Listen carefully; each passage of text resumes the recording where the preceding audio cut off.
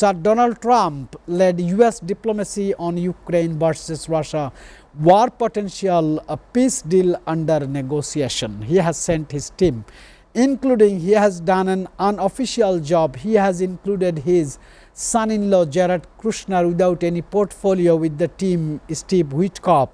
Officials from the US and Ukraine met recently as part of a renewed peace push under a plan promoted by the Trump administration.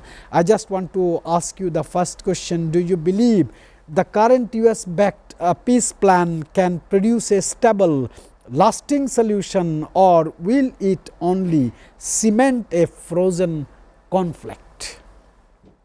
Well, very well said. It has a simile, cementing the frozen compact. Even if it is cemented, the ice below remains, and when the ice melts, the cement also makes way for it. Therefore, this very question also points to the probability of its not lasting very long or not lasting at all. Because if we see Donald Trump's latest version of his peacemaking deal in Gaza, what is happening? So many world leaders came and so many things happened and peace was achieved, sort of war was bad. But has the war been stopped? Has it stopped? No. Still IDF is forcing. The thing is, they killed en masse when they could, with planes, tanks and everything. Now that the population size has come down small, so they can kill 100, 150, 200, one every day, every 2-3 days. And this breach of the peace deal, this breach of the ceasefire, who is honoring it and who is talking about it? And according to the peace deal program, Mr. Donald Trump is the so-called governor of the region. He has made himself, declared himself. What is he doing? Has he ever uttered a word? Has he ever asked Netanyahu to stop it? So, if that is the precedence, just immediate and it is almost simultaneous. If this is the precedence, I do not have much faith in what is going to come from it. Sir, one more thing. The discussions are focused heavily on post-war territorial borders and security guarantees. The discussions are not focused on stopping attacking each other or retaliation for each other. Both Ukraine and Russia have expressed cautious interest in the plan, but major striking points or sticking points remain, especially regarding land concessions and Ukraine's future alignment, especially with the NATO, because Putin has given 3 points, very strong 3 points. Number one, Ukraine has to reduce its military size. Ukraine has to quit its ambition to be a member of NATO, and Ukraine has to surrender.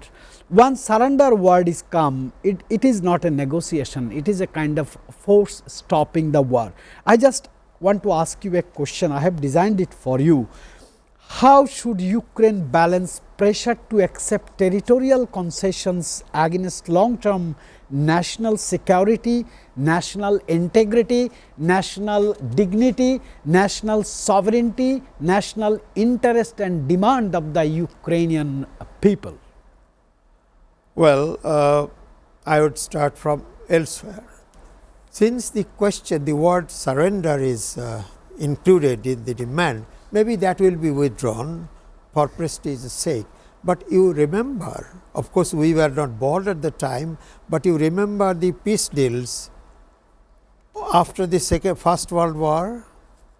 Germany was defeated and the Allied forces then gave Germany so stringent conditions, and Germany had no way other than following it, accepting it, because it is a totally vanquished nation. They did accept.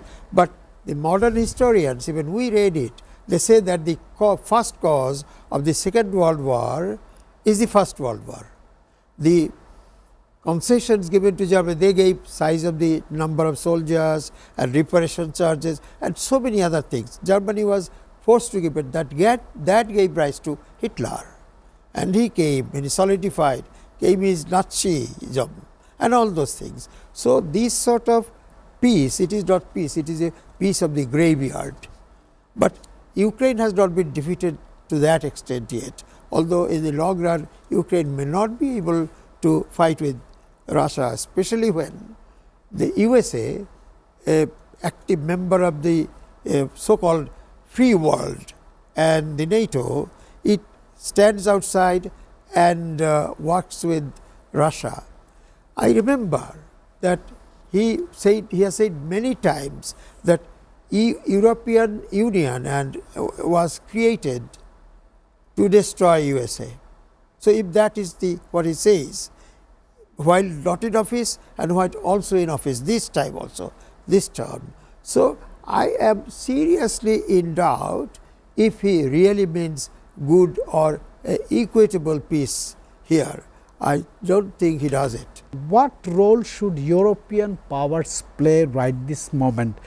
Supportive, cautious or hands off? Because one thing I just want to share with you, till last 10 months after the Alaska summit, President Trump started to talking off on NATO. He started talking about the European countries will give their own security. What is the significance you see in this matter, how European countries should play their role? European countries are aware that this defense of Ukraine is not only Ukraine's defense, it is the defense of the rest of Europe. Because if the aggressor is given concession to the extent that he will take possession and ownership of the part he gains in war, unlawful and illegal and immoral war, that gives him a license to attack others. Think of Moldova, it is within the belly of Russia. So that can go later, a small country like this. So they are aware of it. And if you mark, these European countries, they have all increased their defense budgets, and they have also introduced compulsory training for in somewhere it is compulsory, other it is also voluntary till now. In France it is still voluntary, because they know, and someone was saying, yes, we are preparing because a war is coming in 2-3 years time. War cannot be launched and cannot be won and cannot be successfully fought if you just jump into it. You need preparations, armaments, manufacture, mobilization of the troops and preparation of the troops and all those things. So they are preparing. They know that whatever be the solution here, whatever is imposed by Russia with the active assistance of Donald Trump is not going to end here. There is going to be a European war, and they are preparing for it. So I don't think, even if they are forced to accept it with differences, they will not say we accept. They will not agree, but will not be able to stop it, because they cannot win a war against Russia, United States sitting idle. And it definitely, Donald's US will definitely psychologically be siding with Russia and physically remain neutral. My question would be, could a compromised peace deal under the broker in chief, I want to give a new term for Donald Trump, his plan embolden further Russian aggression or deter it? It has definitely emboldened, because if you read the body language of the Russian president, I should say president, not other sides, Vladimir Putin and Witkoff or Donald Trump, they are buddies, very good friends, and they smile, this silly, not silly really, the sheepish smile, the very crooked smile, both sides, especially Putin, who is not seen to laugh or smile. He does it because they have secret deal, because Russia, America has, US has business deals, so many private business, Donald Trump's family business is there, and Putin is its guardian. So they cannot dissatisfy him, because Ukraine is, to him it is nothing. He himself is taking Ukraine's minerals and all those, and he wants to take, still it is on his agenda, he wants to take that part of Denmark. So I do not think, even if an imposed peace is arrived at, because the war and other materials in Europe is not yet ready for a long war like World War III, but unfortunate though. So there may be a lull now for a few years, but this will reignite, and Europe knows it is preparing, and they know they have to fight Russia. What are the humanitarian and economic trade-offs for Ukraine if it agrees to any major territorial or military concessions, and it will be a dire situation for the Ukrainians? Oh yes, very much. The present president, the present government will not last. It will be just thrown out.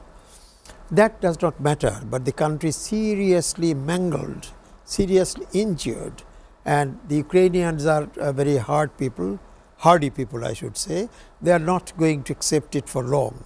There would be, if this is how it ends, I referred to the First World War. The cause of the Second World War was the First World War, the unfair, unjust compromise formula. So it is going to be the major cause of another war, maybe the Third World War, which is very unfortunate, would be very unfortunate, because it would be injurious to us all, everywhere in the world. So we do not want, but the UN has also been, made, how do I say, it's Donald Trump has withdrawn from many of its wings and has drastically cut down his portion of the subscription payment. So he is, if he is overthrown by his own country, by the Congress and others, otherwise he will have a run of this another 3 years, and he will cause irreparable damage to the entire world and the peace systems.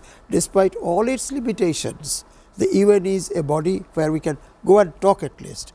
We can try something. But if that is actually gone, which is going away, you have said at the beginning, there has been a drastic cut down. It is because of American stoppage of its share of payments, etc. Bangladesh also pays to the UN. So that is it. If that happens, then this peace would be the cause of the next war.